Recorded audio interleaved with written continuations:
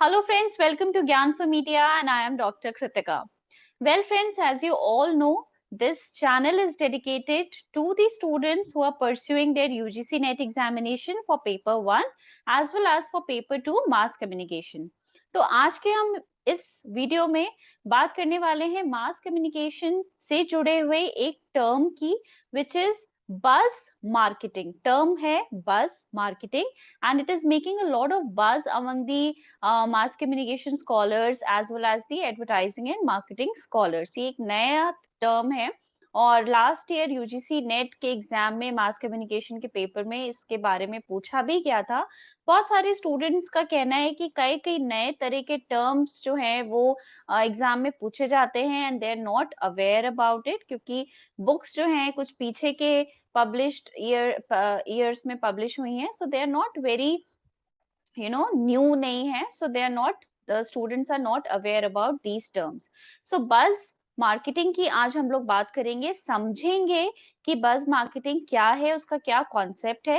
As I always say UGC NET exam पूरा का पूरा कंसेप्चुअल पेपर होता है। अगर आपके कंसेप्ट्स क्लियर हैं regarding the theories, regarding the research, media research, regarding the ICT techniques, regarding advertising, corporate communication, public relations, इनकी theory बहुत ज्यादा ना पढ़कर आपको उनके कॉन्सेप्ट्स पे ध्यान देना चाहिए, क्योंकि जो असर्शन रीजनिंग के क्वेश्चंस हैं या फिर इनफैक्ट अब जो जिस तरह का पेपर आता है काफी लेंदी पेपर होता है, पहले की तरह नहीं होता कि 4 ऑप्शंस हैं उसमें से आपको सिंपली सेलेक्ट करना हो।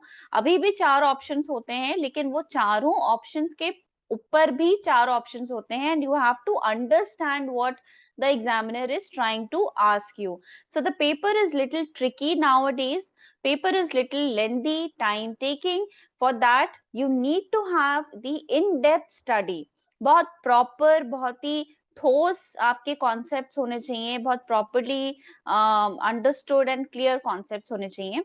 खैर, ज्यादा वक्त जाया ना करते हुए let us straight way come to our point and let us learn about buzz marketing. If you are new to my channel, अगर आप मेरे चैनल पे नए हैं या फिर आपने अभी तक चैनल को सब्सक्राइब नहीं किया है तो प्लीज उसको सब्सक्राइब करिए। वीडियो पसंद आए तो उसको लाइक करिएगा, do give a thumbs up and also share it among your friends and peers. So I'm here, I'm sharing my screen for your better understanding. All right. So what is buzz marketing? Buzz marketing basically creates a buzz about a product or a brand or a service in the target market base. So there is a hype among users or consumer to broaden reach, increase lead generations and improve conversation. So this is the basic definition about buzz marketing. अब हम लोग इसको समझने की कोशिश करते हैं। As the name suggests, buzz.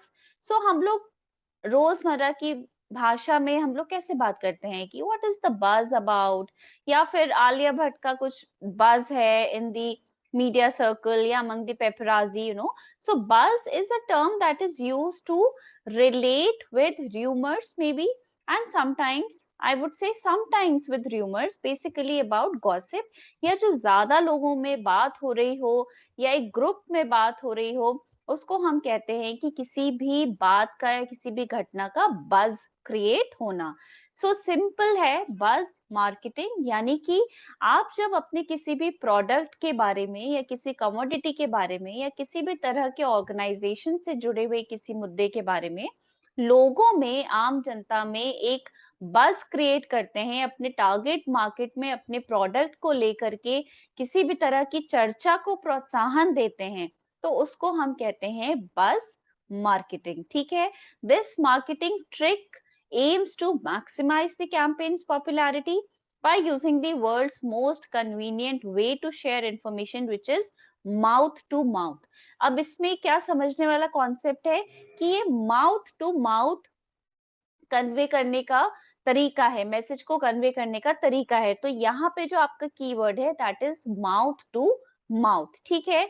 आपके जो ऑडियंस है, यानी कि आपके जो टारगेट ऑडियंस है, ये क्वेश्चन आपके पेपर में लास्ट ईयर आया था, यूजीसी नेट के मास कम्युनिकेशन सेकंड पेपर में ये आया था।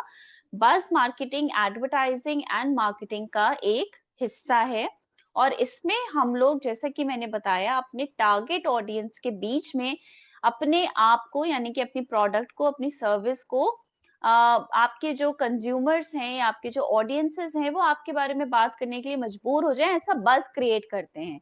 और इसका की पॉइंट क्या है जो आपको याद रखना है कि ये एक माउथ ऑफ माउथ या फिर माउथ टू माउथ पब्लिसिटी का, आई कैन से, हिस्सा होता है। ठीक है, ये होता है बज़ मार्केटिंग। अब क्वेश्चन क्या आया था last year?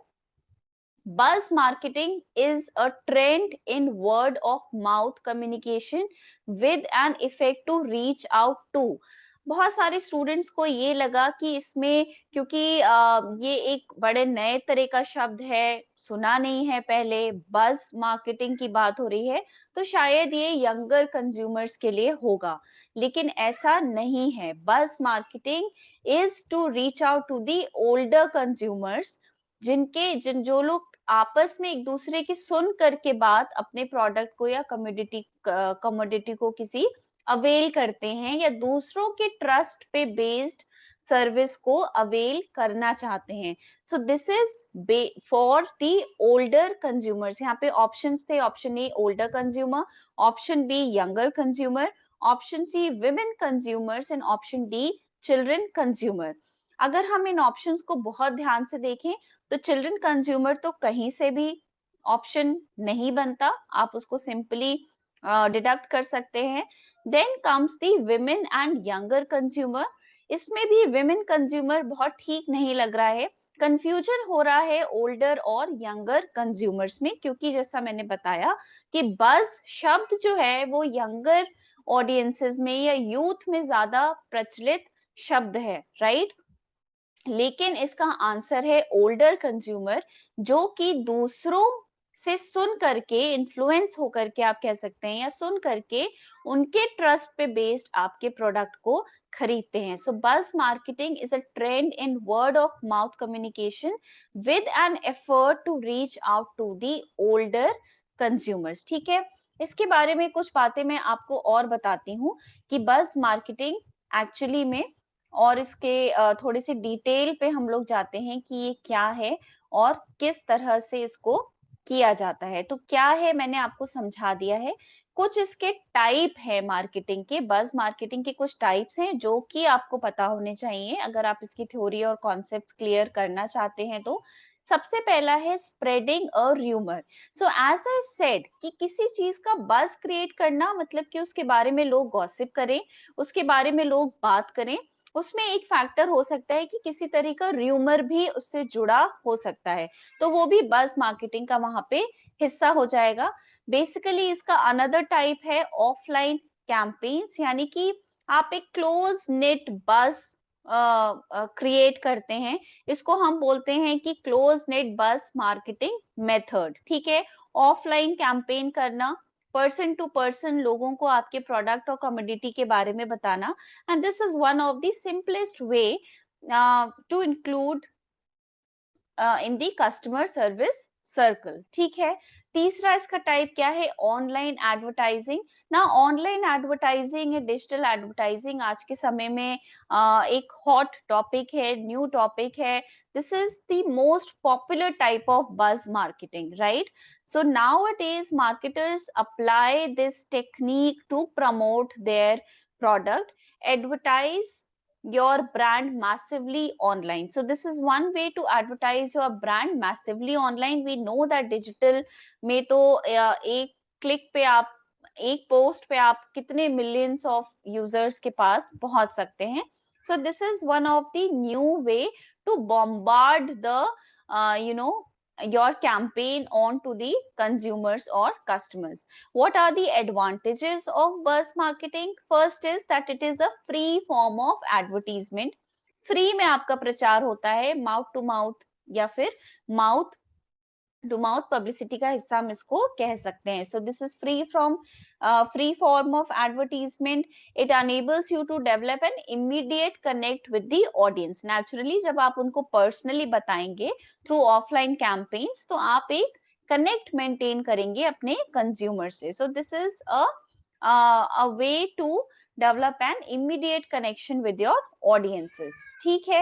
Some of the best strategies for successful buzz marketing are to broaden the reach of your product through communication, to use viral to emphasize your uniqueness and superiority. So you can make a video and you can try to make it viral among your target audiences. Your product satisfaction level should match the viral that you have created, right? Use monitoring tool to gauge the success of your viral campaign. This is very, very important. And you are also supposed to use use online channels for optimizing the reach and conversation of the viral. ठीक है. तो ये एक term था जो कि मुझे लगा नया है. बहुत सारे स्टूडेंट्स आके पूछ रहे हैं कि बज़ मार्केटिंग क्या है.